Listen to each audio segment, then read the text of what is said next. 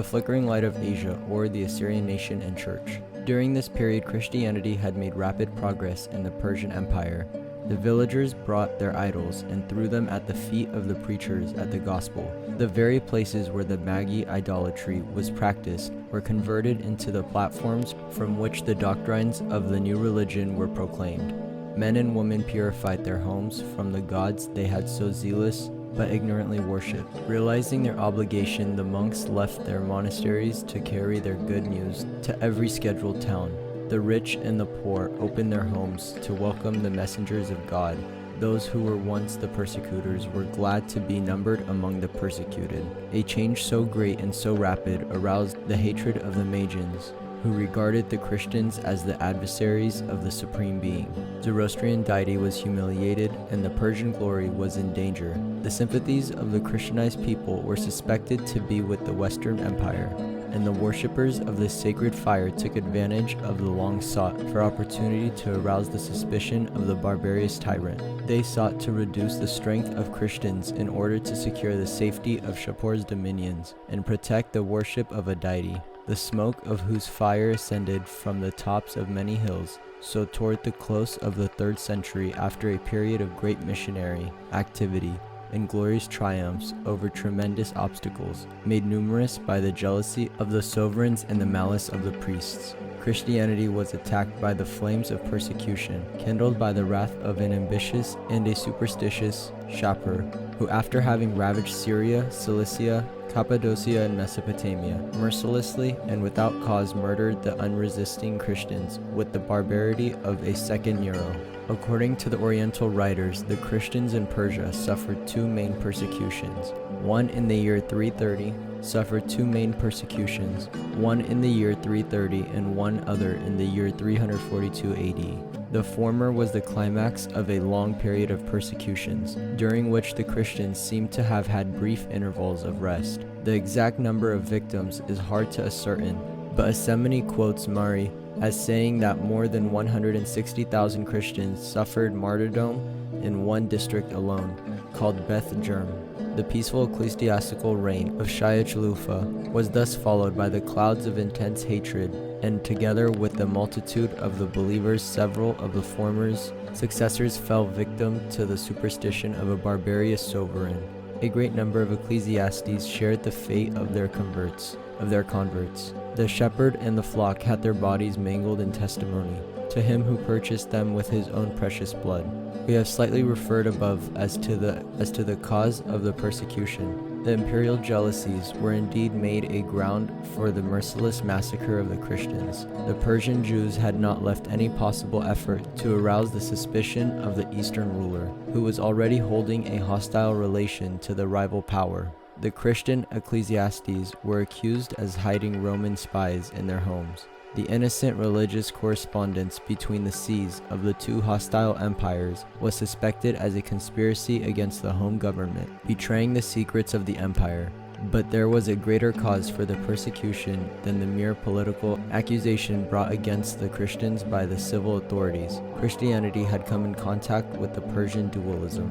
The monotheistic view of the Christians stood in opposition to the Zoroastrian notion of the two principles which controlled the universe. The Christian faith appeared as a co-founding of the good and evil, and the godlike and the ungodlike. The holy essence of the Supreme Being was profaned, and the Magians understood by the combination of a pure and impure one. The one creator of the Christians would therefore be the author of all that Hormuzd and Karaman brought into existence by their hostile relation.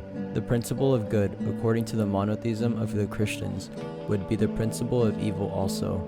The being of whom proceeded peace, prosperity, fortune, victory, glory, beauty, health, and length of the years, was the author also of war, perplexity, misfortune, defeat, dishonor, disease, sickness, calamity, and a death problem insolvable to the dualistic mind and antagonistic to their historic belief. Zirvan cannot create evil. Its creator must be devil or Karaman, who is the inferior antagonist of the holy essence. Hormuzd, who represented the primal essence, was represented by everything good and pure in nature. Hence, Aftab, Atash, Abu Hak, sun, fire, water, and earth were the objects of Parsic adoration. The Christians, by worshipping one God, did not pay the honor due to the sun and fire, which represented the pure and holy being, while on the other hand they profaned the water by the baptizing of their converts, and defiled the earth by the burying of their dead. Thus both political suspension and religious superstition united together to kindle the flames of the most merciless persecution, which began raging in the year 343 AD. Shapur Barsabe was now the incumbent of Seleucia. The emperor issued the following edict. The Christians, unless they should consent to worship the Persian deities, should be required to pay tax levied on each individual. The strong ordinance met with a determined reply.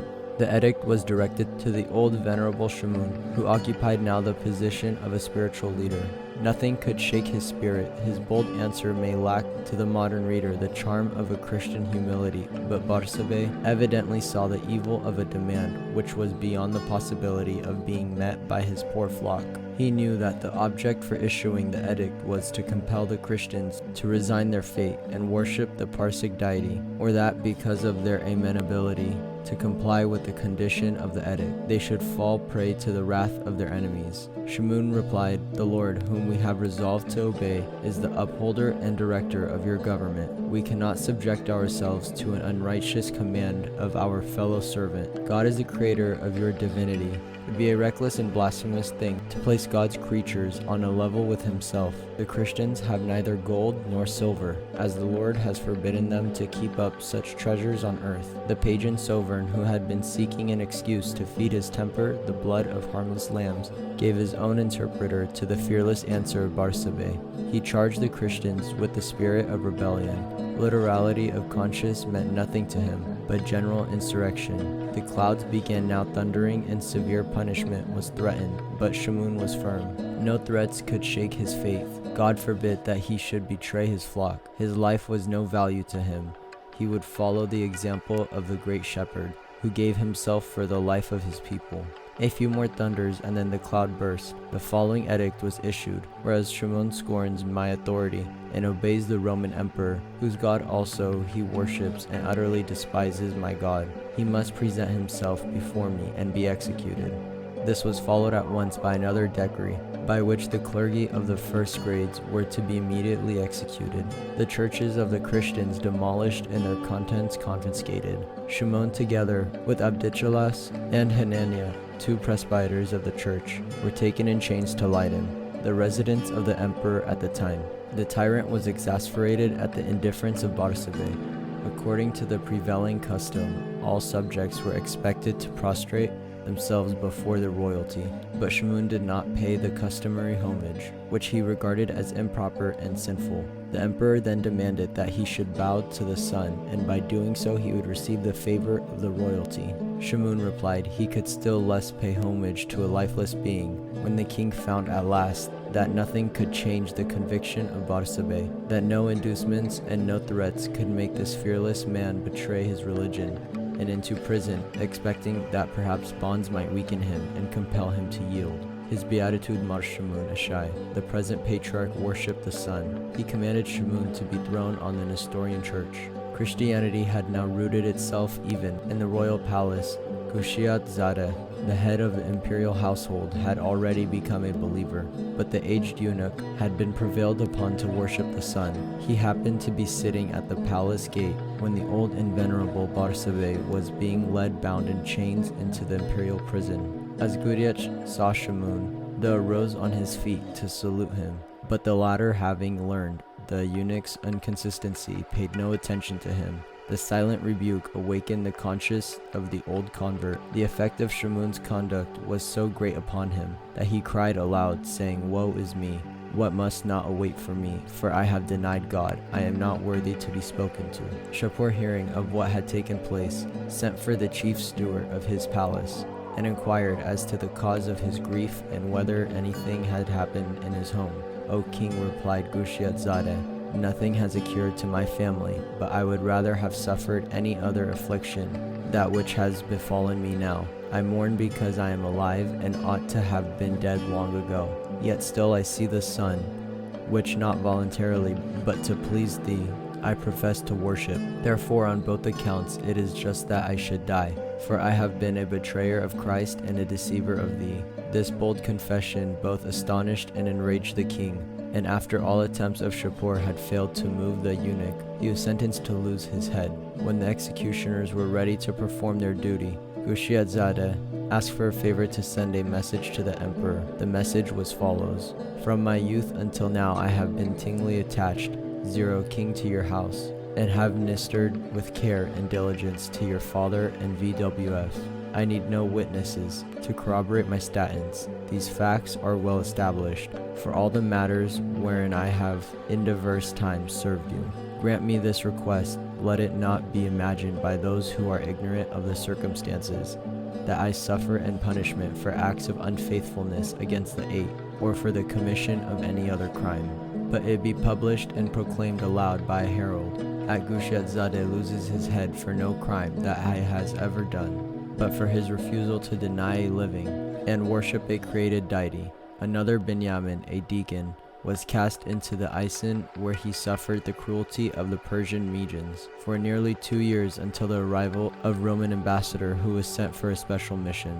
Being informed of the imprisonment of the Akon, the ambassador requested from the Persian emperor his release. The request was granted on the condition of the latter's silence, so as never to preach more. When informed of what had taken place, Naaman said, It is impossible for me not to impart others the light that I have received, for the gospel story teaches us to what sore punishments he justly Moses himself, who hides his talent. His freedom, however, was secured. Then he began to preach the gospel for which was suffering. After about a year's labor in this way, he was seized again and required to give up his faith. In answer, he asked the king what sort of punishment would he impose upon a man who betrayed his allegiance to the emperor. Death, replied the king.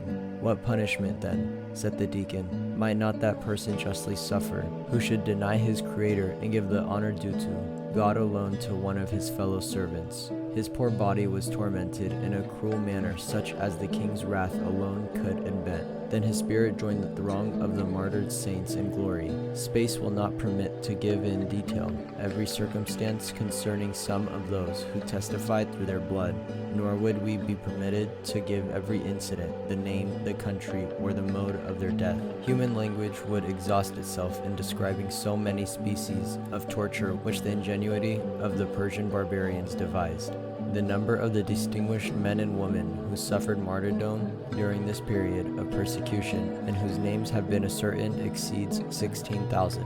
While the Christian historians of Persia themselves have failed to compute the great number of those whose names could not be learned, and who entered their rest in glory through a path of great tribulation and suffering. Meanwhile, the bishops and the clergy never ceased exhorting their flock and encouraging one another. Theodoratus, bishop of Cyrus, on Euphrates, sent the following letter to the Eusebius, bishop of Persian Armenia. Let us be watchful and flight for the sheep of our Lord. Their master is at hand. He will surely appear. He will scatter the wolves and bestow honor on the shepherds. For the Lord is good unto them that wait for him, to the soul that seeketh him. Let us not murmur at this storm which has arisen, for the Lord knows what is best on this account. He did not grant the request even on his apostle who besought him to deliver him from his trial, but said unto him, My grace is sufficient for thee, for my strength is made perfect in weakness. The God of peace will shortly cause Satan to be trodden under your feet, and rejoice your ears with the tidings of your peace, when he shall say to the raging sea, Peace, be still. Such was troubled sea, vexed by repeated massacres and persecutions, through which the infant church had to pass. The Christians nevertheless survived the malice of their persecutors, and in spite of the determined attempt for the extermination, their number grew and multiplied rapidly.